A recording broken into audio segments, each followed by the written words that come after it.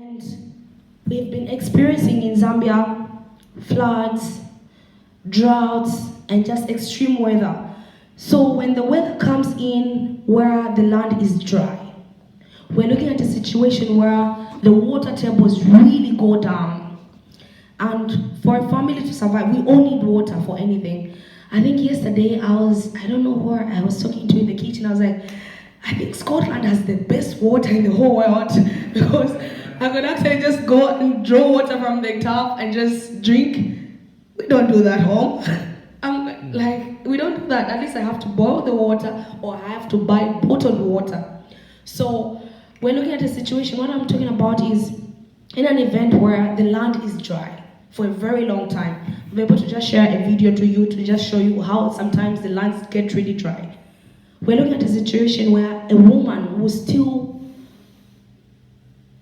the people will still expect a woman to still cater for the house, to still take care of the family, and this is what will happen. If the well that was nearby their place has dried up because they need the water, a woman will actually walk miles and miles and miles just to draw water, come in the house, cook for the family, and feed the family, and everyone is fine. I recently went to a certain village when we were shooting our short films. As CJ4A, we have short films from each parts of the world that are represented on this project. And when I was shooting my own short film, I went to this village where I saw how dry it was, and I was being explained to the conflicts that has been happening between people and animals because of water. So a woman will still be expected to actually take care of the house, even when they have to go miles to just draw that water. So if we're looking at, here's a girl child that goes to school, and here's a boy that goes to school. I'm just going to pose a question. And the water is needed in the house. They have to be at school maybe at 9 in the morning. It's 8:30 in the morning, and water is needed in the house. What will happen? Both of them, a girl child and a boy child, they have to be in class at 9, but there's no water in the house. What's going to happen? And they have to draw water some miles away. What's going to happen? Let me just get a hand and I'll walk to you. Don't worry, I'm corona free. I'll just give you the microphone. What's going to happen? Let me just get a hand. They're going to go thirsty. Yeah. The girl child will be sent to fetch water. Thank you, Angel. Yeah. It was the same answer. Agreed. Exactly. So we're looking at a girl child missing class because she has to go and draw water. And if she has to go later to join class, maybe it will be a bit late. Her friends have already started. And catching up will be a difficult thing. Sometimes maybe she'll even feel, let me not go to school, I'm tired, because she's gone miles to fetch water and come back and she thinks, let me go to school. But that's like, she's tired. So this is a situation where we're looking at women even being affected from as young as 7 years, 10 years, because like in most African countries, especially even in my country, in Zambia, a girl child, like in the rural setup, a girl child who's like 8, 10 years, this is a girl child that has already been started to be groomed in the house, to do a little chores in the house. So we're looking at somebody missing a very important stage of their life of actually acquiring information and knowledge because they have to take care of their family. So these are just one or two things that I needed to actually let you know why I always feel when it comes to climate justice and gender, there's an imbalance. And I know this imbalance, we may bridge the gap if certain things are done. I feel I have a few things that I would share that could help. But before I do that, I just want to show you, I have 3 clips. I was mentioning of some clips that I took when I went to shoot the short film. So I'm able to show you the short clips, and I'll explain to you in our local language, but I'll just explain to you what's going on. So, Laurent, please, just in case I fell. Ready? All right. So this woman is, she's a farmer, in her village. This village is called Nzambale village in the southern part of Zambia. When I went to film, this part here, this is a borehole, right?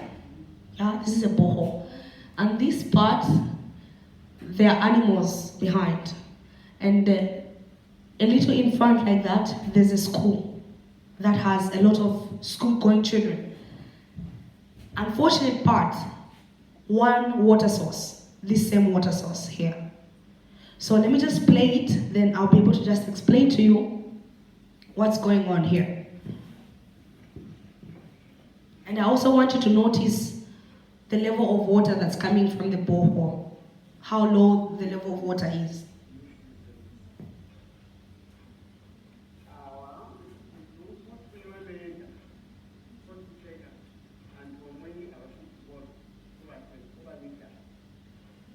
Don't worry, I'll explain the language later.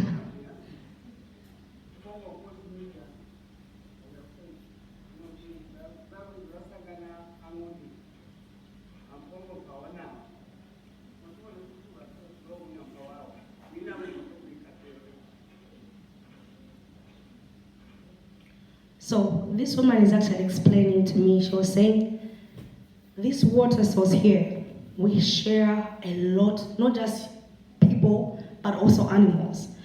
If you can see, there's some birds here, some birds somewhere here. So she's actually explaining to say, because a lot of people in this province, they are livestock farmers. So they keep a lot of cattle, a lot of goats, and so on. So she was explaining to say, in an event that the land is very dry, the water table goes really down, and it's a difficult thing because people have to drink from this water, and the fact that there's a school just nearby.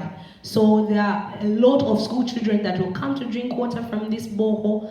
The animals will come to drink water from this borehole, and also the community will have to draw water from this borehole, which becomes a difficult thing. And also, what does that mean? It also means more struggle for a girl child, because definitely, best believe in an African setup, I wouldn't see, if I have Africans here, they would actually bear witness with me. I wouldn't see a husband standing on this borehole for the longest time. Can I get, do I have Shamiso? Yes. Shamiso is Zambia and Zimbabwe literally have the same things. We are neighbors. I wouldn't see a husband stand on this borehole for more than 2 hours, but a wife will, because she has to draw water and take back home for the family, and the same husband who can stand it. So when we went to this part, this whole part, do you notice where the trees are on top? This apparently supposed to be a river, but it was dried up. Because I'm told, when I went, they told me this river is quite dangerous because a lot of people have died on this river, because when it floods, it's so strong, and a lot of people, especially the going to school children, they cross at some point, so it's very dangerous for them. So I'm told when the river is full, it goes up to the trees on top somewhere there, so which means all this part has water. But when I went there, when I visited, it was all dried up. I was so surprised when I was told this is actually a river, because we were literally standing on the ground and there was no water. We found this elderly woman. You notice she's drinking. I'll play the clip. You notice she's drinking water. I want you to notice where she's drinking water from. I want you to notice the water source.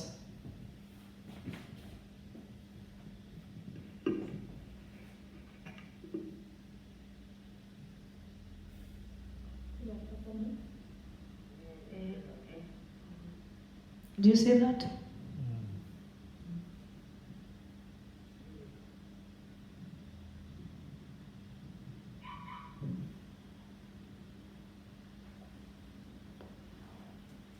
I also want you to look at how dry the land. That's the only water that's left in the river.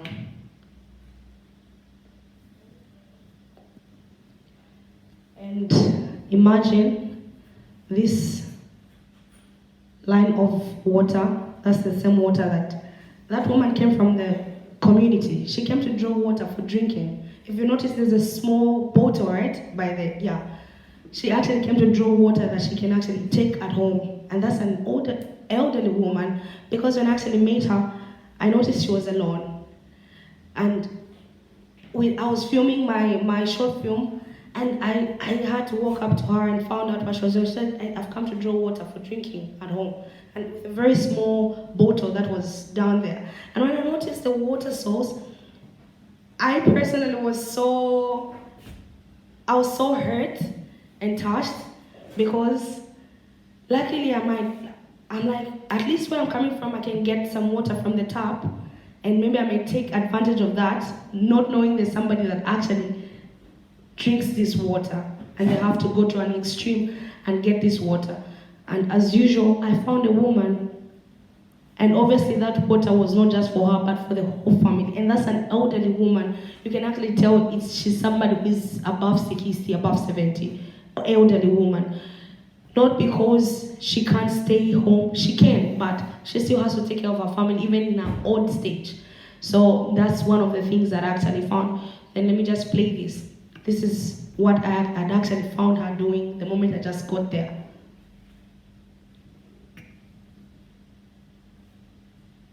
You notice how old she is, how old she looks. Like, this is an old woman. So, all this is caused by climate change. All this situation here is because the land is dry. They're facing drought.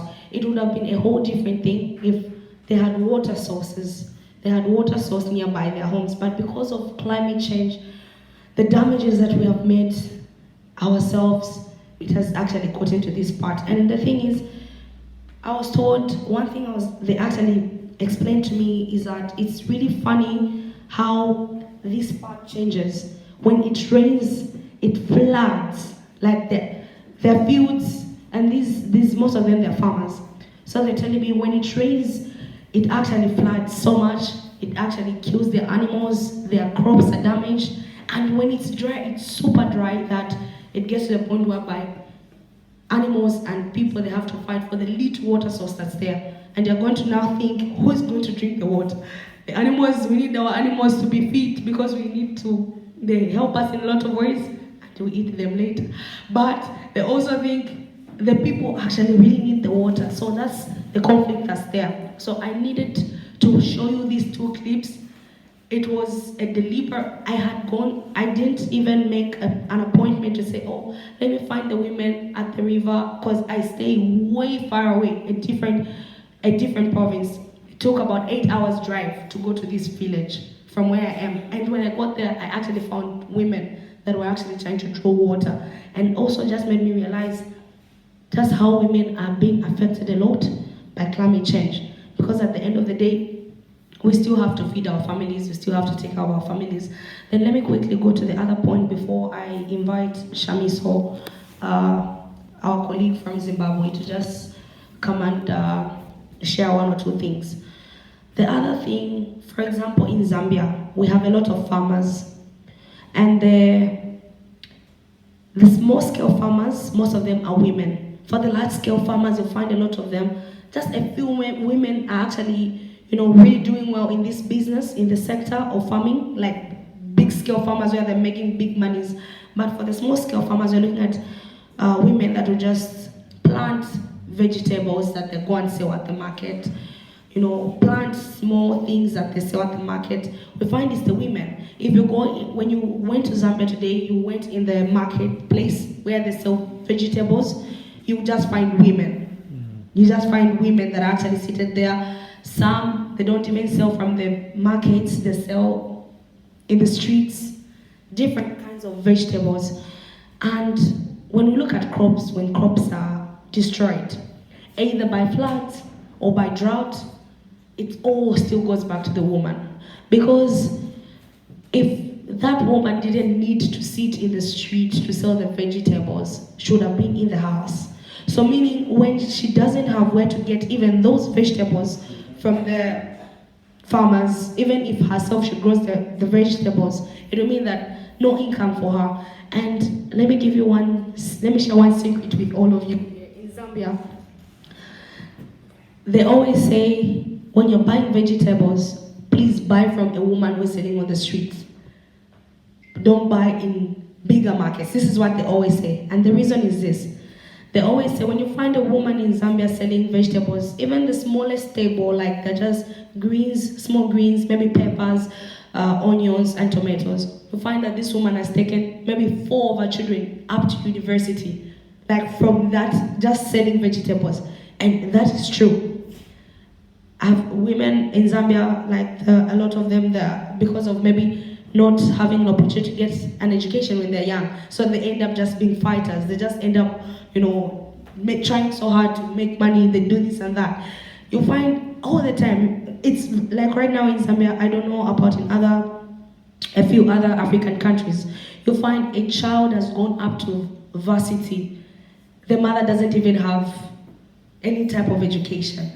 But this is a woman that actually made sure that their children went to school through selling small vegetables.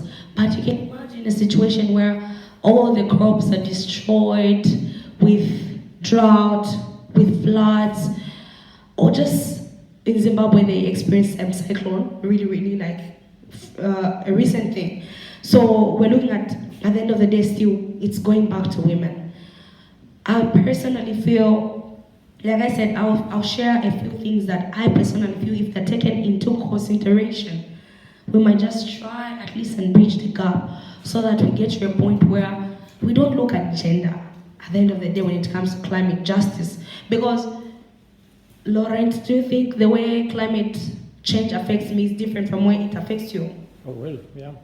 It's like a man and a woman, at the end of the day, the fact that we're living in the same place, we're getting the same. If we're getting floods today, the floods are on both of us. The droughts are on both of us. If the air is contaminated, we're breathing the same air. It's both of us. So if we go to a point whereby we just look at, okay, let's get to a certain understanding and try and just bridge this gap, and let's work it out together. I feel maybe, I don't know how long it can take, but I feel it can actually work out for all of us. It will be a win-win situation. Anyway, let me I talk much. I'm a journalist, by the way. So let me just call Shamiso. Shamiso, she's one of our volunteers from Zimbabwe. She's been on the project with us for the longest. She has actually contributed a lot together with her colleagues in Zimbabwe on the project. She's contributed on the short film, the worship resources, and it's not the last time you're seeing her here.